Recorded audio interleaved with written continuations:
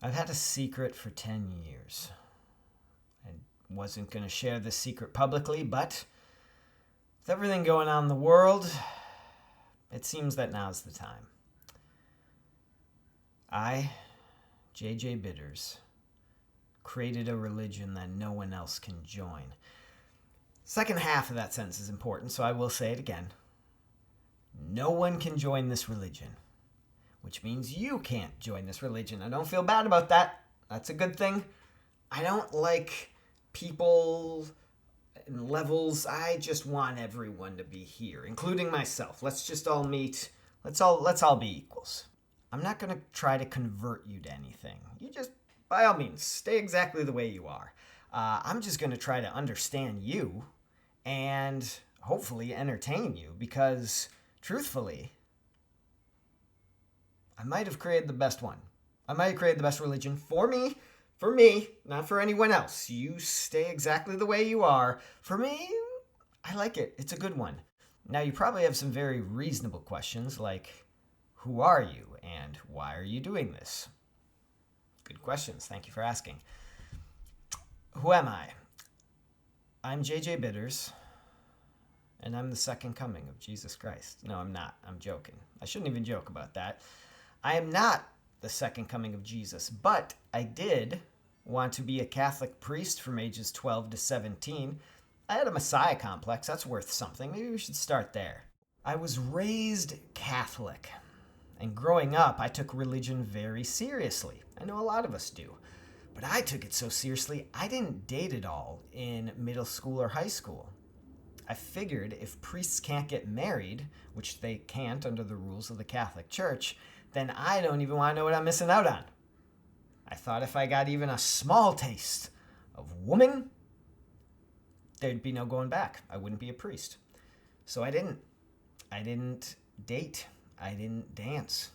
I didn't go to dances. I didn't do drugs. I didn't drink. I didn't even hold hands with anyone, let alone kiss or have premarital sex. I also didn't have any fun. But that's beside the point. In my mind, I was pure. In reality, I was a judgmental asshole because I thought everyone else was consumed by evil. I thought they had demons that were dragging them down to hell and it was my job to save them. I wanted to strengthen my soul body as best I could so I could banish those demons and kick the devil in the balls. I wanted to be a badass priest, a spiritual warrior perhaps. And maybe I would have been. But life took a different turn. When I started examining the beliefs of the church itself, the official documents, not what my family or community taught me, I found some goofy stuff. Now, this is not unique to Catholicism, by the way. Any religion, probably, if you dig deep enough and you're honest with your own heart and mind, you're going to find some stuff, at least a few things that make you go, But if I was going to be a priest, I thought I needed to believe 100% of the official church doctrine. I couldn't do that. So, I stepped aside. I was stranded. I no longer had a spiritual home. Now, you might be saying, just become an atheist. I can't. I can't be an atheist because I wake up basically every day in awe of my own existence. I literally I don't know how any of this works. The mystery has not ceased to be a mystery to me. And I define God in regards to that mystery of life. God is not like words on a page. It's the relationship to this great unknown. It's a mystery thing. How do you connect with the mystery? I love learning how different cultures and places of the world connect to this mystery of being, the thing that I call God. So I did a lot of thinking and a lot of learning. I studied other religions, hoping to find one that would be 100% pure and didn't make me go, at least a few parts. I was like a honeybee, buzzing and gathering pollen from many different religious flowers. Eventually I realized I had a honey, my own honey. And it couldn't be attributed to any single flower because they'd all dusted me with their pollen just a little bit. And as long as the honey's sweet and healthy, who cares where the pollen came from? You actually have your own spiritual honey. That's right. No two Catholics think alike. No two Muslims think exactly alike. Definitely no two Hindus think alike. Your unique life experiences and beliefs, that's your spiritual honey. Even if you're not religious, you have a perspective on this life that no other being in 13 billion years has had. You're uniquely you. That's your spiritual honey. My spiritual honey is now a religion that no one else can join. So why can't anyone join this religion? Great question. Here are a few reasons in no particular order. One, I don't want to accidentally start a cult or intentionally start a cult. I just don't really like cults in general. I tend to be pretty anti-cult. I'm open to a lot of things. Cults get freaky. Here's the problem. The membrane that separates religion and cult is razor thin, especially in the initial startup phases of a religion. So to avoid any freaky cult shit, no one can join. Maybe I'm a one-man cult, but that's a risk I'm willing to take. If I drink my own Kool-Aid, I got no one else to blame but me. Reason number 2, I want you and anyone else to be able to make fun of my religion. If I let in other members and they're easily offended, it'll be a whole thing. I'm not easily offended and I laugh a lot. Most people's sense of humor, it's not great. They don't laugh all that easily. So, reason number 2, I want my religion to have a sense of humor. I want you to be able to tease me. It'll get me to think better. Reason number 3, I don't want to preach at you. And you don't want me to preach at you, really. No one likes it when someone preaches at them. Even if you're the most devout Christian on the planet, if a guy walks up to you, a stranger, and says, hey, I'd like to talk to you about Jesus, you go, no, please don't. Because preaching usually boils down to, I think that I'm better than you, and you should think or act more like me.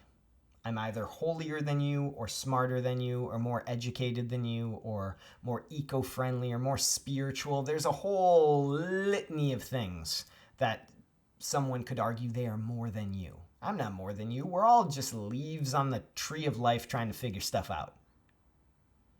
So yeah, if I include members, they might start preaching to you and it'll be annoying. So let's start with those 3. I don't want to create a cult. I want my religion to have a sense of humor, and I don't want to be preachy. There we go. So, what is a religion? That's a good question. To me, a religion boils down to a few things: actions, beliefs, community. Let's stop there. ABC. Keep it real simple. Some people would argue that beliefs are the dominant aspect of a religion. I say action is, because we can all look at someone and see what they're doing. That man is sitting in silence. That person punched someone in the face. That person is giving a sandwich to a homeless man. Actions are observable. Beliefs are not. We can observe what the hands are doing. We can't observe what the mind is thinking. We can try, but we never really know. Someone could tell us what they believe, but they could be lying. In fact, I never liked the word belief because the word lie is sandwiched right in there. But beliefs often guide actions, or at least they should. So beliefs are important. Then there's C, community. Don't underestimate the power of community. I have known people personally who don't really like or even believe their own religion, but they do like the community of people it provides them with. And that's great. That's fine. So, actions, beliefs, and community. How do these relate to the religion that no one can join? Are there actions involved in this religion? Yes, many. I'm not going to share what they all are because then you might try and join the religion and no one can. However, I'll share one with you because I think it's very valuable and I think it's pretty safe. Every day, without fail, in my religion, I have to sit in silent stillness for a bare minimum of 1 breath. Just 1 conscious breath, 1 aware breath. I sit there. You might point and say, hey, he's praying or he's meditating. No, you don't know what I'm thinking or what I believe. You can just observe the action. And the action is I sit in silent stillness for a bare minimum of 1 breath. Are there beliefs in the religion that no one can join? Very little. Very little. Once I realized the scope and the magnitude of what I don't know, which is infinite, I just basically stopped creating new beliefs. I have a lot of theories and I have a lot of questions. I don't necessarily have a lot of beliefs. Questions are sacred to me. If you have questions, ask away. I invite them. I love a good question. But beliefs, I suppose I do have a belief that relates to questions, but it also relates to community. Is there a community in the religion that no one else can join? If there's not, is it a religion? I think of it like this. My community is whoever I'm interacting with in any given moment of time. And that person, that voice that I'm interacting with, is a voice of God. Notice I said a voice of God and not the voice of God. You are a voice of God in my religion. Now don't let that go to your head. That can become an ego thing. Just keep it in your heart. The heart's a pretty egoless place. You're a voice of God. One of many. There's many voices out there. Many of you out there. Around 8 billion, I think. There's also a lot of voices in here. I try to not give any voice too much weight over the others.